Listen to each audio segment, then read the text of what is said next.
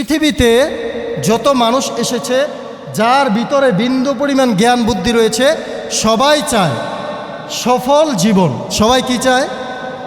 সফল জীবন চায়। এখন সফলতার মাপকাঠি আমরা মনে করি ধন সম্পদ, জায়গা সম্পত্তি, টাকা পয়সা, বাড়ি গাড়ি। আসলে এমন মানুষ আমাদের সমাজে অহরহ রয়েছে যাদের ধন সম্পদ আছে, মনে শান্তি নাই। যাদের বড় বড় গাড়ি আছে, বাড়ি আছে, কিন্তু তাদের রাত্রে চোখে ঘুম নাই। তাইলে কি সে সফল হইতে পারলো? এত টাকা পয়সা দিয়ে সে কি করলো? সে রাত্রে ঘুমাইতে পারে না। সে কি করলো? ডায়াবেটিক্সের কারণে একটা মিষ্টিও খাইতে পারে না। এটা কি সফল জীবন বলে? সফল জীবন কি? আল্লাহ কোরআনে বলতেছেন। কোরআনে বলেন, ফামান যুহযিহা আনিন নারি ওয়া উদখিলাল জান্নাতা ফাকাদ ফাজ। সফল হলো তারা যারা জাহান্নাম থেকে মুক্তি পেয়ে জান্নাতে প্রবেশ করল।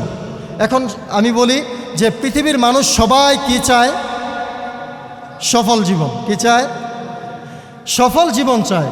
কিন্তু পৃথিবীতে আমরা রিয়েলাইজ করে দেখি যে পৃথিবীতে সফল জীবনের জন্য টাকা পয়সা, ধন সম্পদ এইগুলো কখনো সফল জীবনের মাপকাঠি হইতে পারে না।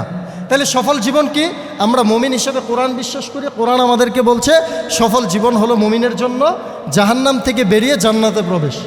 এখন আসেন, জাহান্নাম থেকে বেরিয়ে যে জান্নাতে প্রবেশ করব, এটা প্রবেশ করতে হলে আল্লাহ রাব্বুল আলামিন বলেন 1 নম্বর গুণ হইল তোমাকে মুমিন হতে হবে।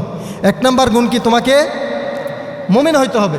এখন মুমিন হওয়ার পরে কয়েকটা গুণ তোমাকে অর্জন করতে হবে। এর মধ্যে একটা গুণ হইল আল্লাযীনা হুম ফি সলাতিহিম খাশিউন। তোমরা তোমাদের নামাজে বিনয়ী হইবা। শুধু নামাজ পড়লে হবে না, রাসূলের আদর্শ অনুযায়ী নামাজ পড়বা। রাসূল যেভাবে হাত তুলতেন, হাত বাঁধতেন, রুকু করতেন, সিজদা করতেন, নামাজের মধ্যে একাগ্রচিত্তের সাথে খুশুর সাথে নামাজ আদায় করতেন। নামাজে দাঁড়ায় ব্যবসার চিন্তা করা যাবে না, নামাজে দাঁড়ায় খেলার চিন্তা করা যাবে না, নামাজে দাঁড়ায় পরিবারের চিন্তা করা যাবে না। চিন্তা করতে হবে একমাত্র কার? আল্লাহ। যখন আমরা এইভাবে নামাজ পড়তে পারবো, তখন আমরা খুশুর সাথে বিনীতভাবে বিনয়ের সাথে নামাজ আদায় করতে পারবো। অন্যথায় কিন্তু আমাদের নামাজ এই বিনয়ের নামাজ হবে না। 2 নম্বর গুণ ওয়াল্লাযীনা হুম আনিল লাগওয়ি মুরিদুন। আমাদের জীবনে অনর্থক কথা এবং কাজকে ফেলে দিতে হবে, একদম ছেড়ে দিতে হবে। অনর্থক কথা এবং কাজ ছাড়তে না পারলে আমরা সফল হইতে পারবো না। 3 নম্বর ওয়াল্লাযীনা হুম লিয-যাকাতি ফাইলুন। এবং আমরা যারা ধনাঢ্য ব্যক্তি, আল্লাহ আমাদেরকে এই নিয়ামত দিয়েছেন, আমরা আমাদের যাকাতগুলো সুন্দরভাবে ইসলামের দিক নির্দেশনা অনুযায়ী আদায় করব। 3 নম্বর। 4 নম্বর গুণ হলো ওয়াল্লাযীনা হুম লিফুরুজিহিম হাফিজুন। আমরা আমাদের লজ্জাস্থানকে হেফাজত করব। 5 নম্বর হলো ওয়াল্লাযীনা হুম লিআমানাতিহিম। 6 নম্বর হলো ওয়াল্লাযীনা হুম লিআহদিহিম রাউন। আমানত এবং অঙ্গীকার, এই 2টা আমরা পূরণ করব। তাহলে আজকে আমরা জানতে পারলাম যে দুনিয়ায় যত চেষ্টা প্রচেষ্টাই করি, পরিপূর্ণ সফল আমরা হইতে পারবো না। দুঃখ কষ্ট আমাদের লেগেই থাকে। এজন্য পরিপূর্ণ সফল যদি হতে হয়, তাহলে আখেরাতে ছাড়া সম্ভব না। জান্নাত এমন একটা জায়গা যেখানে বিন্দু পরিমাণ কষ্টের চিহ্নও নাই, যেখানে শান্তি আর শান্তি। আবার জাহান্নাম এমন একটা জায়গা যেখানে কষ্টের সীমা নাই, সেখানে শান্তির লেশ মাত্র নাই। এজন্য সফল হইতে চাইলে মুমিন আমরা একমাত্র সফল হইতে পারবো দুনিয়ায় না আখেরাতে? আখেরাতে। আমরা সফল একমাত্র কোথায় হইতে পারবো? আখেরাতে। আর আখেরাতে সফল হইতে হইলে আমরা মুমিন হয়েছি, আমাদের বাবা মুসলমান ছিলেন, সেই হিসাবেও অনেকে আমরা মুসলিম, কিন্তু আমাদের পরবর্তী কর্মকাণ্ড একটাও মুমিনের ভিতরে পড়ে না।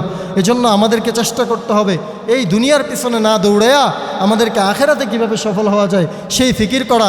আর সেই ফিকির নিয়ে আমি বলে দিলাম, আমি আজকে যে বয়ানটা করেছি, আমার এই বয়ানের যে আয়াতগুলো, এটা সূরা মুমিনুনের মধ্যে 18 নম্বর পাড়ায় প্রথম। এই সূরা মুমিনুনটা আপনারা প্রথম পৃষ্ঠা পড়লেই জানতে পারবেন সফল মুমিনের গুণাবলী। সেইখান থেকে জেনে ইনশাআল্লাহ আমরা সবাই এই আয়াতের মধ্যে যে মুমিনের গুণাবলী বর্ণনা করা হয়েছে, আমরা সবাই এই গুণাবলী নিজেদের মধ্যে আনার চেষ্টা করব তো ইনশাআল্লাহ।